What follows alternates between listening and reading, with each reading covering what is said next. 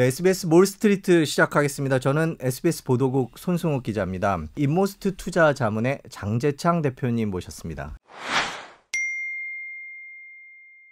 바로 여쭤볼게요. 지금 2월, 3월 네.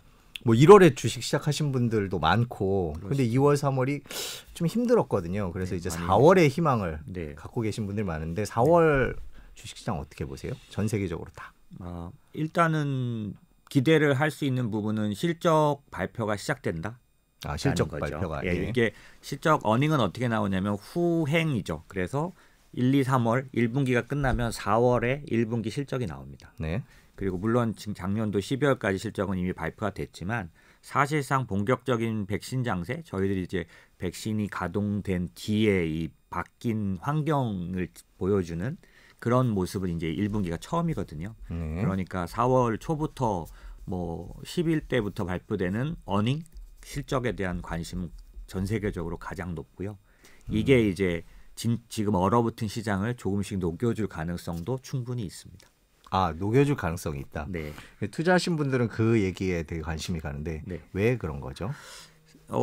사실은 작년도 시장은 올해 시장과 많이 달랐고 이제 올해가 달라질 수 있는데 이유는 뭐냐면 작년도는 코로나 팬데믹에 의한 그런 그 급격한 경기 하락, 그러니까 리세션 공식적인 그런 상황이었는데 이거를 살리려는 그런 어떤 보완 부양책 같은 것들의 시장이었다면 지금은 그게 가동되는지가 증명이 돼야 되는 시장이 된 거죠. 저희는 시장 이제 보통 이제 시장을 계절 같은 걸로 말씀드리는데 그걸 사이클이라고 하고요. 그 작년도는 전형적인 봄 장세. 그걸 저희는 뭐라 그러냐면 유동성 장세라고 해서 유동성 장세. 돈이 많이 풀려 있는 장세. 실적이 좋아지는 것도 아니고 경기가 좋아지는 것도 아닌데 이상하게 주식은 올라가는. 계속 올라가는. 작년 내내 그랬죠. 당연히 원인이 유동성이었다. 그러면 이 유동성은 그냥 자연스럽게 풀린 게 아니고 갑작스런 그런 쇼크. 그러니까 저희는 코로나를 과거하고 다른 쇼크로 보는데 과거는 이제 크레딧 신용 쇼크인데 대부분 예를 들면 2008년 금융위기나 이런 것들 전부 다 신용이 붕괴되면서 생기는 문제였다면 이번은 이제 자연재해처럼 눈보라가 갑자기 들이닥쳐서 그 셧다운이 돼버린. 예를 들자면 눈보라처럼. 그렇기 때문에 이걸 인컴 쇼크라고 저희는 합니다. 그러니까 수입이 줄어들고. 이게 왜 중요하냐면 어려운 말을 하려는 게 아니라 과거 같은 신용 쇼크는 신용 체계가 다시 살아나는 기간이 반드시 필요하니까 당연히 바로 올라왔 수도 없고 바로 올라와도 믿을 수가 없습니다. 그런데 지금 같은 인컴 쇼크는 소득이 만약에 보존되기만 한다면 과거의 리세션과는 다르게 빨리 올라올 수도 있고 그 빨리 회복된 걸 믿어도 됩니다. 믿어도 된다. 그건 왜 그러냐면 그러니까 이 투자 시장은 항상 어떻게 보면 노이즈와 시그널의 싸움. 그러니까 좋아졌다고 생각하고 투자를 했는데 사실은 안 좋아지면 상당히 힘들어지거든요. 그래서 이 계절로 말할 때 보통 봄 장세, 금융 장세 다음에 일반 계절은 항상 봄 다음에 여름으로 가거든요. 어김없이 가죠. 하지만 금융 장세는 봄 다음에 겨울로 다시 돌아갔던 적도 여러 번 있어요. 그래서 이번 4월부터 나오는 기마다의 시그널, 그 어닝 그 발표가 매우 중요합니다. 그러면 그게 겨울로 다시 가는지 아니면 봄 다음에 여름으로 갈지가 이번 4월 실적을 보면 알 수 있다는 거죠.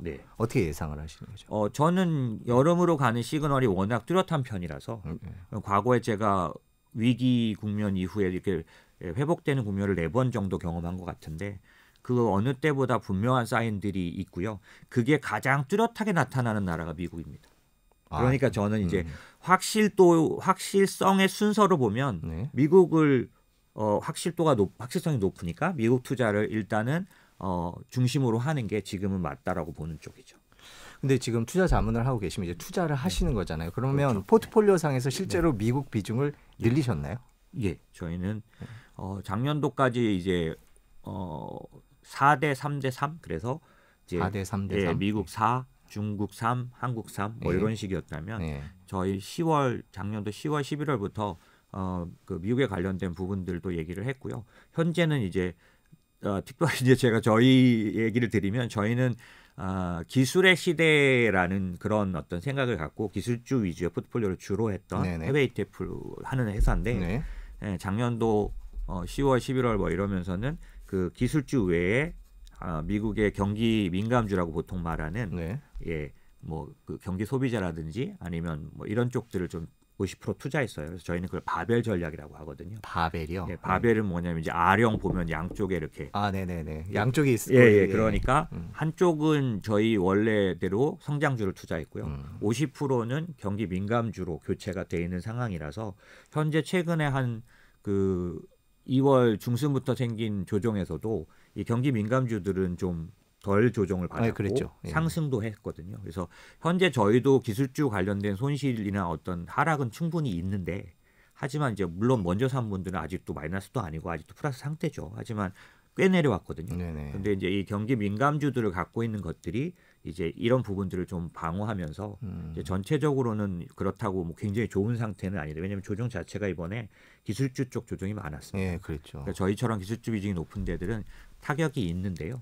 그럼에도 불구하고 이 경기 방어주에 의한 이 완충 효과는 있었고요. 질문 주셨는데 다른 쪽으로 간 것 같은데 아니. 이제 제가 말씀드린 건 뭐냐면 그런 면에서 현재 아직도 미국 비중을 조금씩 늘리거나 미국 중심으로 투자를 할 만한 그런 어떤 시간이나 상황은 충분히 될 거다. 예, 그렇게 생각은 하고 있죠. 그 서학개미라고 그러죠. 투자하신 많은 분들이 기술주 비중이 높지 굉장히, 않나요? 예, 굉장히 많습니다. 그래서 그만큼 네. 2월, 3월이 힘들었었는데 맞습니다. 이렇게 전문 회사들, 투자 회사들도 손해를 봤군요. 네, 다만 이런 부분들이 있습니다. 이제 그 기술주를 똑같이 뭐 이렇게 투자하는 방법들이 네. 저희처럼 이제 전문적으로 투자하는 데들은 기술주 진입 단계들이 조금 달라요. 네. 예를 들면 작년도는 유동성 장세니까요. 딱 생각해 보시면 인기주가 오릅니다. 인기주는 뭐냐면 기술주 중에서도 네. 굉장히 그 전망 자체가 확실히 이제 와닿고요. 예, 굉장히 유망한 그런 어떤 혁신주란 느낌이 강할수록 네. 굉장히 많이 올랐어요. 전체적으로 보면 적자 기업들이 있어요. 기술주인데. 네. 그러니까 1년, 2년 뒤에 상당한 어떤 수익을 낼 거라고는 보여지지만 지금은 막 투자되고 있는 단계. 예, 그런 데들도 작년도에는 많이 올랐습니다. 네. 근데 금리가 올라가면 네. 이 미래 이익을 당겨다가 이 기업에다 적정 가치에다 반영하는 그 부분이 많이 달라져요. 금리에 의해서 할인율이 높아져 버려서 이 기업의 주가에 대한 어떤 그 기대치가 낮아져야 되거든요. 금리가 올라가면. 네. 이럴 때 가장 민감하게 반응하는 쪽들이 적자 기업들이에요.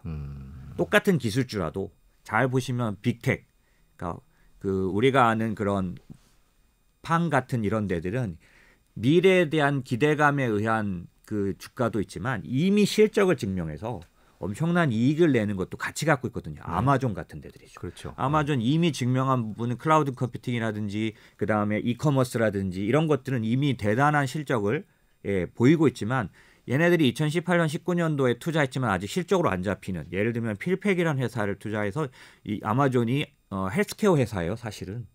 그때 그 투자한다 그랬을 때 다른 헬스케어 회사들 주가가 훅 떨어졌었죠. 맞죠. 그때 잠깐 아셨겠지만 작년도 코로나 때도 아마존은 자기네들 직원들에게 원격 의료를 계속 테스팅했습니다. 미국의 원격 의료 시장이 굉장히 유망하거든요. 왜냐하면 의료비나 이런 게 굉장히 높고 취약계층도 많으니까요. 근데 그 원격 의료를 하기 위해서 아마존은 계속 테스트를 하고 있지만 얘는 실적으로 안 잡혀요. 직원들에게 하는 상태거든요. 얘가 본격적으로 원격 의료 회사로서 집 데뷔하고 그 다음에 아마존의 강점이 있지 않습니까? 뭐냐면 배달 같은 게 하니까 처방전만 있으면 약을 정말 잘 세분화해서 배달하는 그 서비스를 계속 준비하고 있거든요. 이런 것들은 앞으로 2021년, 22년에 본격적인 어닝으로 들어올 거 아니에요. 그럼 얘는 지금 현재 미래의 어떤 그 이익을 가져왔기 때문에 작년까지는 꽤 높은 가격을 그만큼을 줄 수 있었지만 지금은 금리가 높아지니까 미래의 실적은 미래의 이익은 좀 할인이 높아지다 보니 지금도 이익이 증명되는 그런 기술 회사가 아니면 지나간 2달 동안 조정은 더 컸죠. 그리고 기술주를 투자할 때 항상 이제 뭐 얘기가 나왔으니까 말씀을 드리면 저희는 침투율이라 그래서 침투율이요. 네, 대중화율이라고 합니다. 예를 들면 전기차가 전체 자동차 글로벌 판매 대수 중에 몇 프로가 팔리느냐. 이러면 이걸 대중화율이라고 할 수 있죠. 이 대중화율이 전체 시장에서 1%, 2%대 사실 굉장한 그런 상승이 보통 나타납니다. 기술주들. 그러니까 뭐라 그럴까? 쇼크 상태처럼 너무너무 그게 대단히 유망하게 보이는 거에 대한 인기에 의한 상승이 나타나는데요. 처음에. 네. 근데 1, 2%대에서 반드시 그러니까 실적이 안 나와서 바로 이익이 안 나와져서 뚝 떨어지는 그래서 그게 이제 영어 번역을 하면 좀 이상한데 환멸의 단계라는 게 있습니다. 환멸의 단계. 네, 그래서 쭉 떨어지면 이게 이제 기술의 S 커브라든지 그다음에 가트너 같은 데서 말하는 그런 커브들은 항상 이렇게 급하게 올라갔다가 아주 엄청나게 떨어지는 단계가 있고 그다음에 다시 이제 기술이 더 발전하면서 그게 실적으로 나타나는 상승이 일어나는데 이게 보통 침투율 대중화율로는 5% 이상 때부터 5%. 그러니까 예를 들면 전기차다 그러면 전체 그 자동차 시장에서 전기차가 한 5% 정도 팔릴 때를 맞습니다. 말씀하시는 건가요? 전기차를 그냥 참고로 말씀드리면 지금 글로벌 점유율 글로벌 대중화율 3%입니다. 작년까지. 작년에 코로나 때인데도 예상보다 더 많이 팔렸거든요. 170만 대 예상했는데 330만 대 팔렸습니다.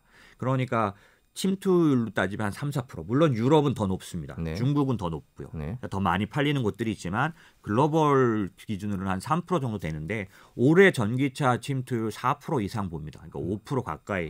빨리 가면 5% 정도 볼 수 있는데 만약에 올해 내년도에 5% 달성을 하면 아까 말씀드린 그런 진짜 이제 실적이 뒷받침돼서 올라가는 업종이 돼버려요.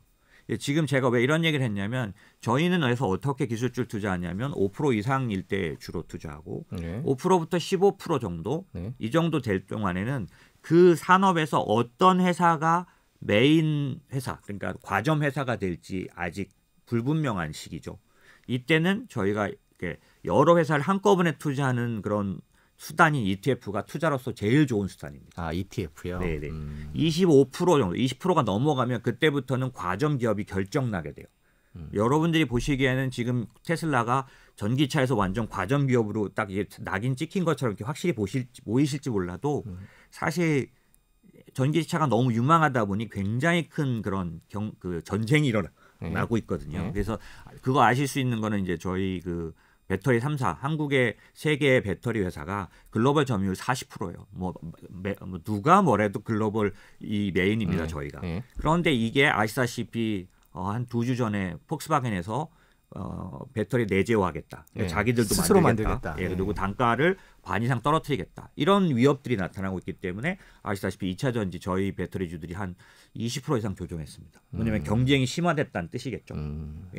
그런 것처럼 기본적으로 한 전체 대중화율이 20%가 넘어갈 때는 이런 모든 걸 딛고 이제 메인으로 과점 기업으로 결정이 되는 시기가 옵니다. 이때는 몇몇 기업을 축소해서 투자하는 게 더 효율적이겠죠. 그럼 지금은 침투율이 아까 말씀하신 침투율이 한 4%, 5% 정도면 앞으로 한 20% 정도 갈 때까지는 치열하게 경쟁이 벌어지고 그렇게 보셔야 됩니다. 뭐 우리 현대차도 할 거고 폭스바겐도 최근에는 뭐 테슬라를 유럽에서 이겼다라는 얘기도 나오는데 맞습니다. 뭐 이렇게 경쟁이 막 벌어지니까 투자자 입장에서 어느 한 회사를 투자하는 건 조금 위험할 수도 맞습니다. 있겠군요. 그래서 지금 말씀드린 거에 좀 이어서 말씀을 드리면 만약에 전기차 산업이 투자할 때가 됐다라고 하려면 아까 말씀드린 것처럼 대중화율, 침투율이 5% 이상 됐을 때가 투자해도 됐다라고 생각이 되고 이 투자를 할 때 그 전기차만 해도 한 3-4개 부분의 그런 밸류체인을 갖고 있는 거죠. 이게 뭐냐면은 기존의 자동차 회사들처럼 이 완성차를 만드는 하나의 밸류체인이 있고요. 전기차 안에서도 두 번째는 배터리. 왜 배터리 회사가 자꾸 이 전기차와 관련돼서 나오냐면 이 전기차 전체에서 30%를 차지하는 게 배터리예요. 가격에서. 그리고 지금 가격을 더 이상 줄일 수 있는 부분에서는 제일 큰 폭이 배터리에서 나옵니다. 그거 외에 이제 파워트레인이 있고 뭐 이런 것들로 구성되어 있는데 이 밸류체인들 중에서 지금처럼 전기차가 본격적인 상승 국면에 들어간다면 확장 국면에 들어간다면 투자자는 어떻게 바라봐야 되냐면 이 전기차 전체 밸류체인 중에 어디를 투자하는 게 가장 좋을 것인지. 예를 들면 지금 현대차가 오르는 것 중에는 그 밸류체인 중에 완성차로서 가치가 제일 높다. 그러니까 그 테슬라 진영이 있고 반 테슬라 진영이 있는데 전기차는 재밌습니다.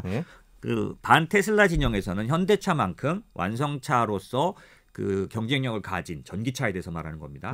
이 대가 없다. 이게 이제 글로벌리 어느 정도 인정을 받기 때문에 지금 현대차도 이제 어느 정도 높아졌었는데 그거 말고도 아까 말씀드린 배터리 회사를 투자할 수도 있고 배터리 안에서도 사실은 부품이라든지 이래서 뭐 전해질 뭐 이런 그 배터리 안에 네, 또 그러니까 소재주들이 또 있거든요. 그러면 사실은 전기차의 확실한 성장 국면이 올해 내년에 이루어졌을 때 그 중에서 진짜 수익률이 좋았던 건 배터리일 수도 있고 사실상 소재일 수도 있고요. 그 다음에 미래를 보고 완성차가 제일 많이 올라갈 수도 있거든요. 왜냐하면 경쟁력이 있다. 폭스바겐 같은 데들은 그런 의미를 지금 갖고 있는데 그런 것들을 생각해야 하는 거고 그 전에 이제 기대감으로 오르던 작년도 시장에 비해서는 더 구체적으로 실적의 어떤 것들을 감안하면서 투자가 들어가는 그런 시즌으로 이게 이제 여름은 여름 장세, 실적 장세는 전형적인 그런 장세입니다. 금리도 높고 네. 그러니까 지금도 작년도 코로나 정점에서 0.5 이게 제가 말씀드린 건 미국 10년물 금리 그러니까 글로벌에서는 투자에서는 그걸 주로 따지니까 네. 10년물 금리로 봤을 때 0.5였는데 지금 1.7까지 와 있으니까 네. 그리고 올해 들어서 1월 중순부터 수직으로 올랐어요. 1%였던 게 지금 1.7, 0.7을 그냥 이렇게 올라가는 속도는 저도 잘 본 적이 없는 예, 그러니까 위협적인 게 된 건 맞습니다. 근데 이게 이대로가 아니라 경기가 좋아지면 반드시 금리는 따라오르도록 돼 있는데 그 이유는 당연히 이 금리에 들어가 있는 여러 요인 이제 금리는 사실은 세 가지 정도로 나눠지는데 하나는 실질 단기 금리라는 거가 그러니까 그게 뭐냐면 연준이 조정하는 그 정책 금리입니다. 네. 발표하는 거. 네. 지금 현재 이제 뭐 0.25에서 0.5라든지 이렇게 지금 금리를 전혀 안 올리고 있거든요. 요게 반영되고 또 하나는 인플레이션 기대 지수라 그래서 저희는 BEI, 브레이크 이븐 인플레이션 레이트라고 말하는 네. 그게 뭐냐면 인플레이션을 사람들이 기대하는 걸 숫자화한 겁니다. 요게 금리에 반영되고요. 세 번째는 실질 턴 프리미엄이라 그래서 기간 금리. 요거는 뭐냐면 그 금리를 좌우하는 그 금리를 움직이는 채권들에 대한 수급이 반영됩니다. 예를 들면 지금 금리가 빨리 오른 것 중에는 미국이 국채를 많이 발행할 거니까 금리가 올라갈 거다. 무슨 말이냐면 국채를 많이 발행하면 가격이 떨어져요. 국채 가격이.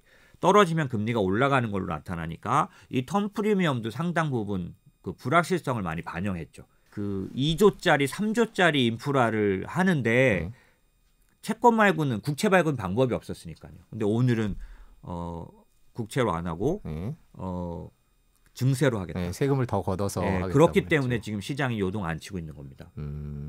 만약에 이게 만약 국채로 했을 거면 금리가 확 뛰었을 수 있군요. 네, 증세 얘기를 안 하고 이 인프라 플랜만 발표했으면 국채를 찍는 방법밖에 없으니 당연히 국채가 쏟아질 거고 그러면 국채 가격은 떨어질 거고 그러면 금리는 올라갈 거고 그러니까 채권 시장에서 채권 트레이더들은 틀림없이 이제 그거에 대응하는 그러니까 숏을 쳤겠죠. 채권 매도를 뭔가 이렇게 했기 때문에 당연히 반대가 나타났을 텐데 지금은 증세를 같이 발표했기 때문에 이제 국채 시장에 엄청난 국채가 쏟아지는 거는 없겠구나. 이렇게 생각을 하니까 국채가 일단 안정을 가졌던 거죠.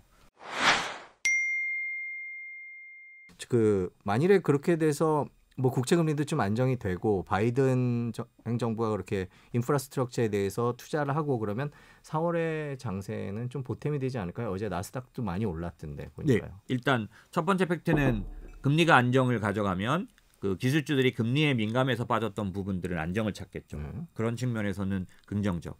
두 번째, 인프라 이 플랜이란 것 자체가 고용에 대한 부분, 그 다음에 여러 중소기업을 살리는 부분이 크다 보니 당연히 최근에 한두 달 동안 미국은 거의 중소형주 장세였습니다. 기대감도 있고 저희는 이제 ETF를 투자하기 때문에 ETF는 한 두세 가지 방법이 있어요. 이번에 시가총액 가중 방식, 동일 가중 방식.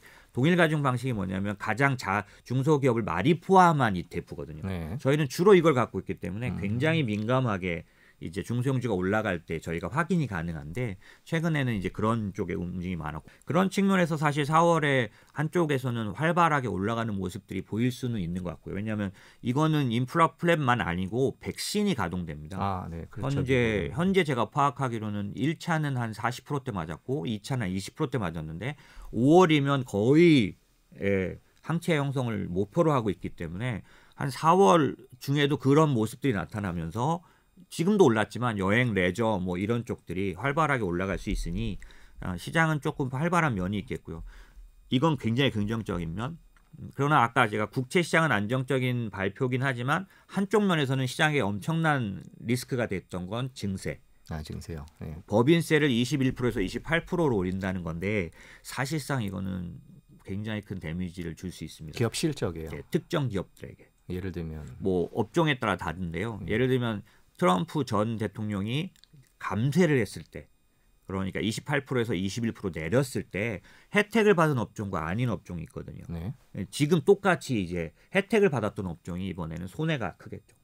그래서 만약에 기술주로 보신다면 빅텍들은 영향이 틀림없이 있을 걸로 보여지고, 예, 다만 아까 말씀드린 그러니까 긍정적인 것과 부정적인 게 있잖아요. 그래서 그렇게 말해서 보면 국채가 그러니까 그 채권이 안정된다는 면에 의한 기술주에 관련된 그런 부분도 있지만 기술주 중에서 빅텍들은 증세에 좀 영향을 받을 거고, 그렇게 보면은 기술주 중에 중소형주 위주는 이 그 시달림에 좀 덜한 공간이지 않습니까? 네, 그렇겠죠. 네, 그런 부분들은 여전히 좀 꾸준히 올라갈 수 있는 부분도 좀 있겠죠. 네. 현금 들고 이제 언제 들어가나 지금쯤 들어가면 되나 이런 고민들을 하고 계신 분들이 있어요. 네. 그분들 2월, 3월 참 오래 기다리셨는데 4월부터는 슬슬 준비를 해도 될까요?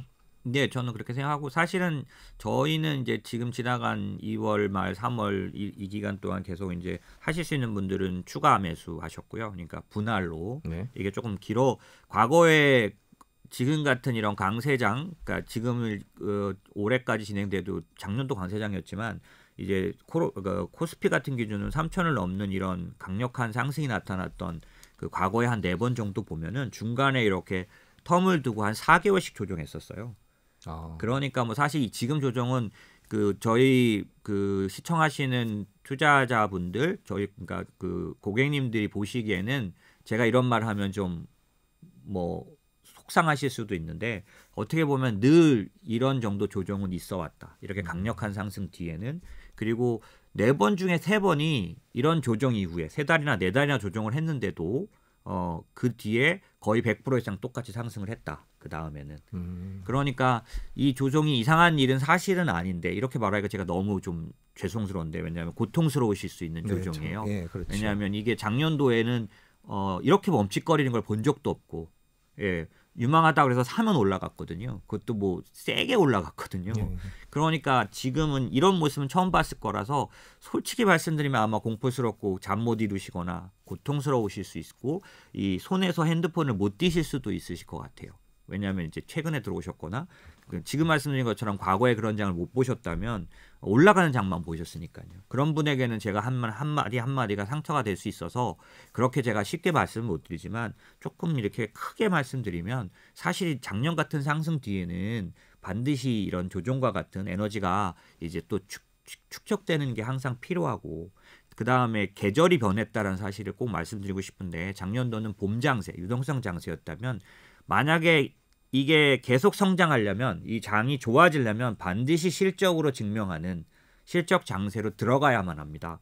안 그러면 이 장은 다시 내려가는 겨울 장세가 되기 때문에, 그렇기 때문에 여름 장세라고 말하는 실적 장세로 가는 그 중간 과도기는 지금처럼 조종하고 사도 안 올라가고, 예, 자꾸만 빠지는 모습들이 있다. 그렇기 때문에 만약에 실적 장세를 확신할 수 있다면, 그러니까 그걸 따져보는 게 매우 중요합니다.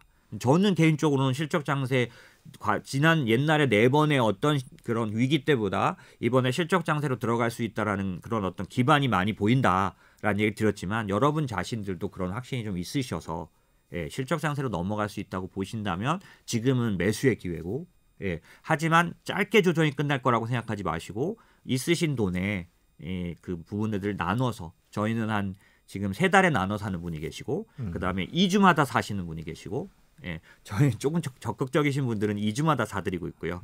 약간 보수적인 분들은 달마다 사드리고 있거든요. 예, 그러니까 왜냐면 아까 말씀 4개월도 조정할 수 있는데, 저한테 딱 물어보시면 4월 달이면 조정 끝날까요? 그러면 이제 화내실 수도 있는데 이렇게 말씀드릴 수밖에 없어요. 제가 그걸 어떻게 알겠습니까? 하지만 이거 끝나고 나서 실적장으로 들어가서 작년만큼 좋은 장이 올 거라고 생각합니까? 그러면 저는 예, 그렇다라고 말씀드릴 수 있는 거죠. 그 아까 5%에서 20% 사이에 네. 이제 침투율 얘기를 하시면서 네. 이제 지금 예를 들면 전기차 같은 경우에는 네. 어느 업체가 이길지 알 수가 없다. 더 혼돈의 시대라고 얘기하는데, 그런 많은 분들이 아니야 나 현대차 살 거야, 아니야 GM이래, 폭스바겐 사는데, 이런 그 얘기들 자체가 그럼 어느 걸 특별히 산다라는 것 자체 크게 의미가 없거나 혹은 위험하거나 이럴 수도 있겠네요. 사실은 그쪽 분야에 본인이 가진 어떤 정도, 그러니까 저희 고객 중에 엔지니어 분들이 계셔서요. 그분들이 이제 보내는 내용들을 보시면 배터리에 대해서 저보다 훨씬 더 뭐 저보다 말을 할 비유 자체가 안 되게 전문가시들이니까 그분들이 보시는 확신들이 있어요. 그러니까 그런 것들은 뭐 당연하게 반영하시는 게 좋을 것 같고요. 그래서 제가 좀 보조적으로 말씀을 드리면 아까 제가 말씀드린 밸류 체인의 한 부분을 찍어서 투자하는 것도 방법이지만 특별히 항상 이제 주의하실 게 그 침투율이랄까 이런 대중화율이 높지 않은 상태를 투자하실 때는 그 어느 특정한 기업을 투자하는 건 좀 조심하시는 게 좋고요.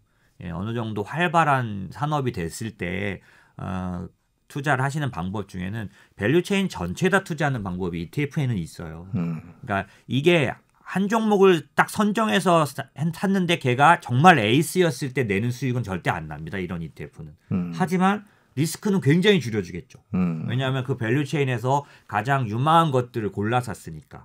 그러니까 이 산업이 좋아지기만 하면 반드시 수익은 굉장히 좋은 게 올 수 있으니 저희는 그걸 추천드려요. 그래서 밸류체인 전체에다 투자하는 예를 들면 전기차 같은 경우는 그 LIT라는 ETF는 어떻게 되냐면 거기에 들어가는 리튬을 생산하는 그 앨범 하여튼 뭐 이런 광산주부터 테슬라도 투자할 뿐만 아니라 저희 나라 배터리 LG화학 삼성 SDI가 들어가 있고 또 그런가 하면 소재 업체들도 들어가 있고 이런 식으로 그 밸류체인 전체를 다 투자하거든요. 그중에 유망한 것들을. 그런 것들이 사실상 그 뭐랄까 그 침투율이 아주 20% 30% 가기 전까지는 굉장히 괜찮은 그리고 본인이 확신이 있다면 이렇게 밸류체인 전체가 아니라 그 중에서 어떤 밸류체인을 줄이죠. 저희는 이제 저희 포트폴리오 어느 뭐 연금이나 이런 쪽에서 2차 전지를 좁혀서 투자해 놨거든요. 네. 뭐 이런 식으로 하는 건 좋은 방법인 거죠. 어떨 때 충분히 침투율이 5%에서 10%로 가는 그러니까 아주 이제 성장하는 산업이 확실할 때는 이렇게 좁혀서도 투자하셔도 되는데 그렇지 않을 때는 밸류체인 전체를 투자하거나 그다음에 좋은 기업을 이제 모아서 투자하는 ETF 방식. ETF는요. 1년에 한 2번씩 리밸런싱을 해서 그 산업에서 그 밸류체인에서 그 팩트에서 살아남은 주식으로 바꿔줘요. 그러니까 그 ETF를 운영하는 운용사가 네. 잘하고 있는 회사 못하고 있는 회사를 구분을 해서 알아서 이렇게 배치를 해준다는 얘기인 거죠. 리밸런싱 1년에 2번 있거나 4번 있습니다. 그렇기 때문에 나중에 뭐 3년 뒤에 딱 보면 그 ETF에는 3년 뒤에 그 상황에서 제일 에이스들만 갖고 있게 되죠. 근데 일반은 그걸 못 하거든요. 개인들은. 이제 그렇게 투자하실 때는 지금 같은 ETF 투자 방식이 더 좋을 수 있습니다. 예. 우리나라 분들이 테슬라를 되게 많이 사셨어요. 그 테슬라 가격은 또 여러 가지 이유로 오르락 내리락 하고 있고. 네, 저는 이제 테슬라를 과거 한 2, 3년 동안 계속 제가 기회만 생기면 말을 했는데 테슬라 전 자동차 회사로 보고 있지 않아요. 네. 그래서 그 자동차 회사의 경쟁력으로 보면 사실 너무 비싸겠죠. 그런데 이제 테슬라의 특징은 어떤 게 있냐면 그러니까 테슬라가 3년 뒤, 5년 뒤에도 이 밸류체인에서 혹은 이 전기차 산업에서 그 아주 주된 기업이 될 거라고 제가 어느 정도 확신하고 있는 부분들이 뭐냐면 이 전기차 자체가 데이터 관련된 빅데이터 관련된 폼팩터 같은 그런 어떤 그 뭐라 그럴까요? 일반적인 자동차의 개념을 넘어서서 예를 들면 이런 거죠. 스마트폰이 모든 기술의 집약 그 디바이스가 됐던 것처럼. 그래서 향후에 한 5년 뭐 이렇게 넘어가면서는 전기차는 모든 기술의 그 총체적인 디바이스가 될 거라고 생각을 하는 쪽이에요. 그래서 이게 좀 황당한 말씀일 수 있는데 이런 거죠. 그 테슬라는 희한하게 기존의 자동차 업체하고 너무 다른 점이 있습니다. 뭐냐면 기존의 자동차 업체는 자동차가 판매되고 나면 더 이상의 이익이 발생을 잘 안 해요. 그런데 테슬라는 사실상 자동차 판매 후에 발생하는 이익이 훨씬 더 커질 수 있는 쪽입니다. 예를 들면 자동차를 판매하고 나서 FSD라 그래서 완전 자율 관련된 소프트웨어를 이제 제공받는 서비스로 10,000불, 20,000불 막 이렇게 제공을 그러니까 그 수입이 생기고 거기다 테슬라가 최근에 저 보험회사를 차렸는데 네. 예, 그 보험이 테슬라 관련된 그 보험회사에서 보험을 드는 게 훨씬 더 유리해요. 가격 면에서 소비자가. 예, 왜냐하면 이런 겁니다. 보험회사가 보험 그 요를 매길 때 당신은 보험료를 얼마 내야 돼요? 이런 걸 매길 때 어떻게 하냐면 사고율을 따져요. 그러니까 이 사람이 사고 가능성을 따지는 거죠. 그걸 심사를 합니다. 근데 테슬라의 그 차들은 어떻게 하냐면 그동안에 이 사람이 운전했던 모든 습관을 기록으로 갖고 있기 때문에 이 습관을 갖고 보험료를 책정해 버려요. 그러니까 기존의 보험회사가 심사하던 것과는 다른 데이터를 사용해서 보험 심사를 합니다. 그렇기 때문에 사실상 이 테슬라 차량을 사용할 때 있어서 위험률이 낮아질 수 있는 분들은 훨씬 더 유리하게 보험료를 조금 책정받게 되죠. 그래서 비교를 해봤더니 실제 보험회사보다 상당히 낮아져요.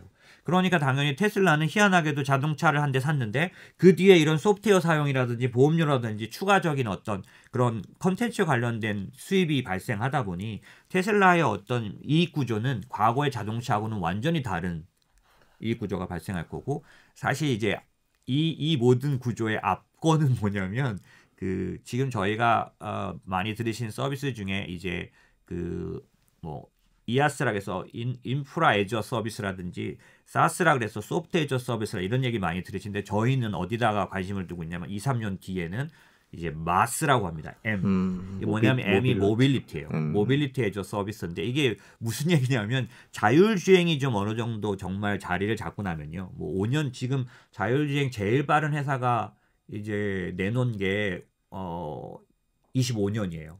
25년이면 자율주행 가능해진다. 그러면 자율주행이 완전히 가능해지게 되면 어떻게 되냐면 우버 같은 데서 이제 공유 차량을 네. 쓸 때 일반인들이 예를 들면 제가 출근한 다음에 제 차를 공유차로 내보낼 수 있는 거죠.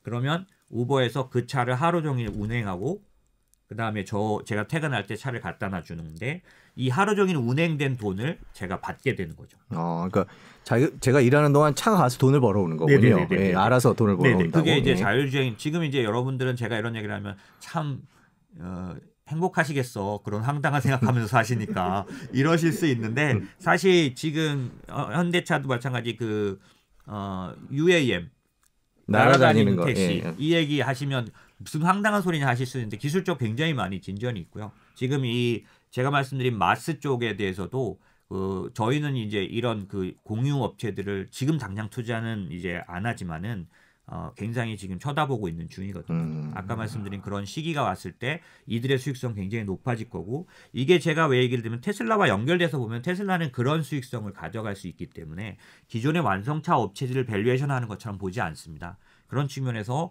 그런 면에서는 여러분 아실 수 있죠. 그 아크의 그 뭐죠? 캐시우드. 네, 캐시우드의 그런 생각을 저희는 전적으로 동의하고 그들의 리서치를 신뢰합니다. 그래서 다만 저희 고객들이 타임 호라이즌이라고 해서 내가 이제 수익을 점검하는 기간이 1년이신 분한테는 얘를 강력하게 넣어드릴 수가 없어요. 그러니까 1년 동안 돈을 맡기는 분한테. 네, 그러니까 1년만 보고 있는 분이요. 근데 그분이 저한테 나는 한 3년, 5년 동안 이 돈을 만들어서 은퇴 자금으로 쓸 거예요라고 하셨다면, 예를 들면 은퇴 자금은 주로 그런 쪽을 안 하지만은 만약에 그런 정도로 타임 호라이즌이 좀 길고 완전 여유 자금이라면 저희는 테슬라를 적극적으로 추천할 수 있는 생각을 갖고는 있죠. 그래서 3년이나 5년 뒤에는 본색을 드러낼 텐데 그때 되면 압도적인 업체가 될 수는 있다. 라고 생각하죠. 회사는 참 들여다보면 들여다볼수록 재밌는 회사인 것 같아요. 테슬라. 미국 경제는 4월 이후에는 확실히 좀 장이 안정이 될 수 있을까요?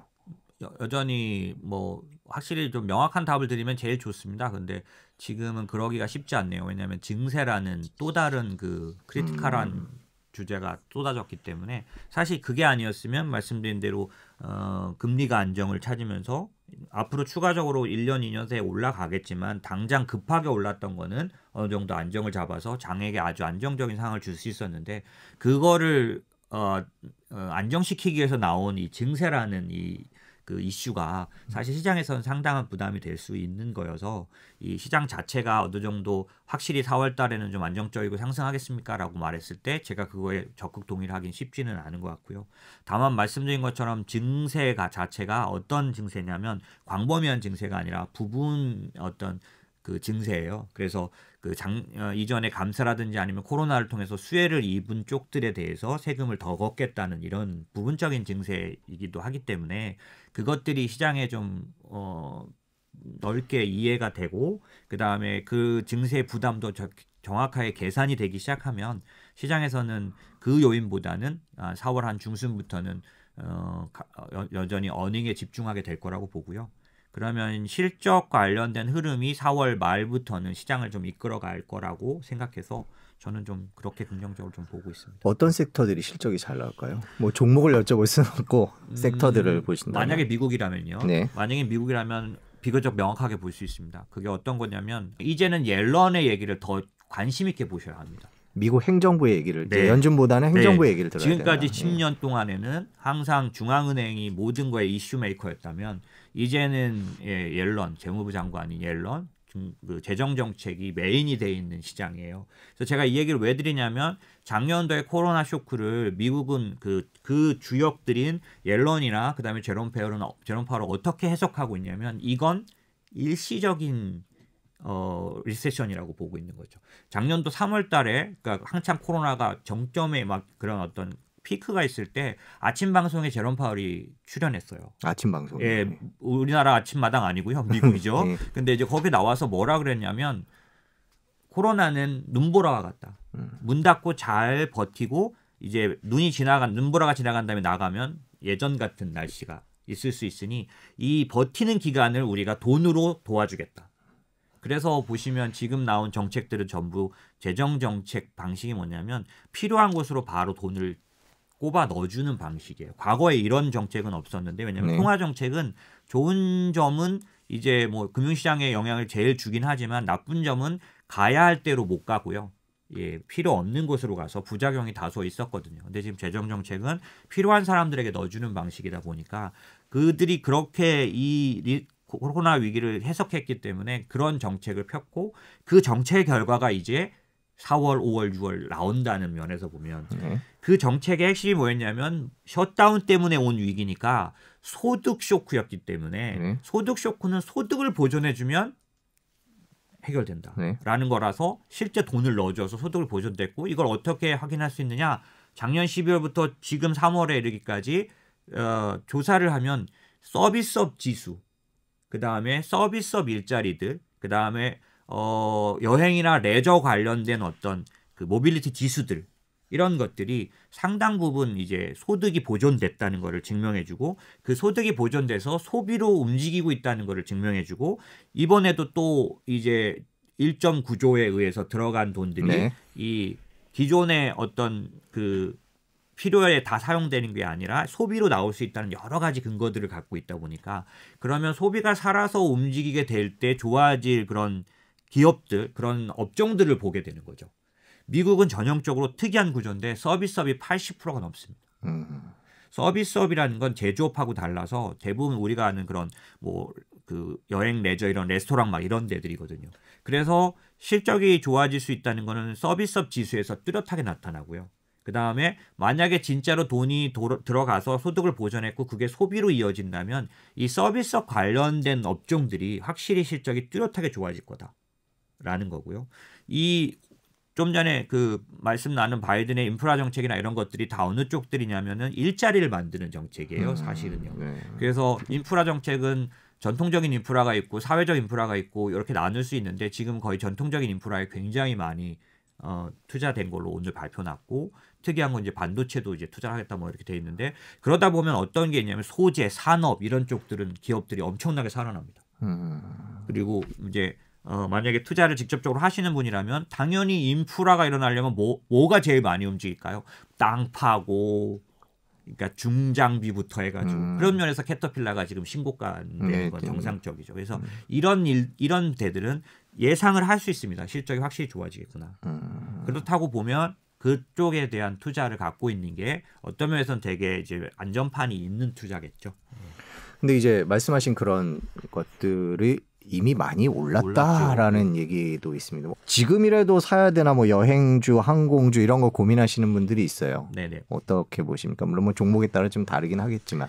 그 업종을 약간 다르게 봐서 저희는 항공이나 은행을 사지는 않았습니다. 네. 왜냐하면 이제 은행 같은 경우는 저희는 어떻게 보냐면 이제 기술에 의해서 핀텍이 주도하는 세상으로 바뀌고 있다고 보기 때문에 금융에서 배당도 많이 할 수 있고 이런 건 있겠지만 금융업이 저희는 국영제로 봐요. 죄송한 얘기지만 그래서 은행 잘 안 삽니다. 이제 그렇게 생각하는 부분이 있고 항공도 어떤 면이 있냐면 이게 백신으로 인해서 이 움직임이 살아나더라도 해외여행은 쉽지 않을 것 같아요. 그러니까 예를 들면 해외여행으로 먹고 사는 업이 여러분 생각보다 어떤 쪽이냐면 컨퍼런스 산업이에요. 이게 컨퍼런스는 다 회사가 대주는 돈으로 움직이거든요. 그래서 항공에도 그쪽이 죽으면 항공이 살아나지 못합니다.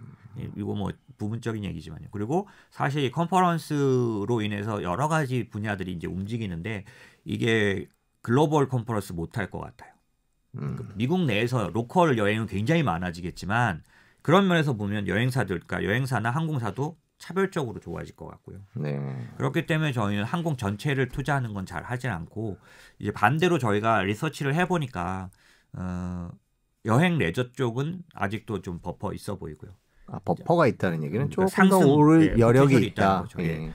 한국의 여행주는 저희가 안 사는데 이제 한국은 굉장히 그 인건비 구조로 돼 있습니다. 근데 미국의 여행사들은 아시다시피 뭐 부킹닷컴 뭐 이런 것처럼 여러 가지 닷컴들이 있죠. 기술이 많이 개입돼 있어서 저희는 뭐 개인적으로 이런 쪽 투자합니다. 여행 관련된 기술주들.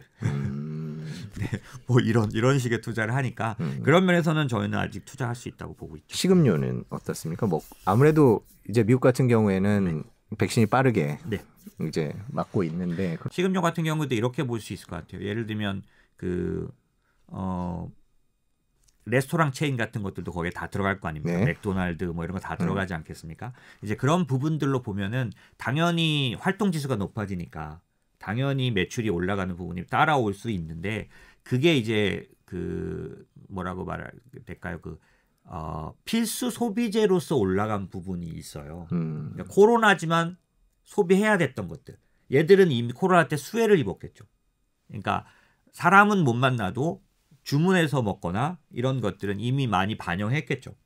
근데 그게 아니라 진짜로 움직여야만 생기는 레스토랑 같은 데는 못 갔으니까요. 예. 식음료 안에서도 그렇게 아주 구체적으로 그 셧다운 때문에 그 손해를 봐서 그거에 의해서 올라가는 쪽들은 상당히 올라갈 수 있는 부분이 있다고 보죠. 자, 오늘 인모스트 투자자문의 장재창 대표 모시고 세계 경제 상황도 알아봤습니다. 오늘 감사합니다. 긴 시간 내주셔서. 감사합니다. 네, 고맙습니다.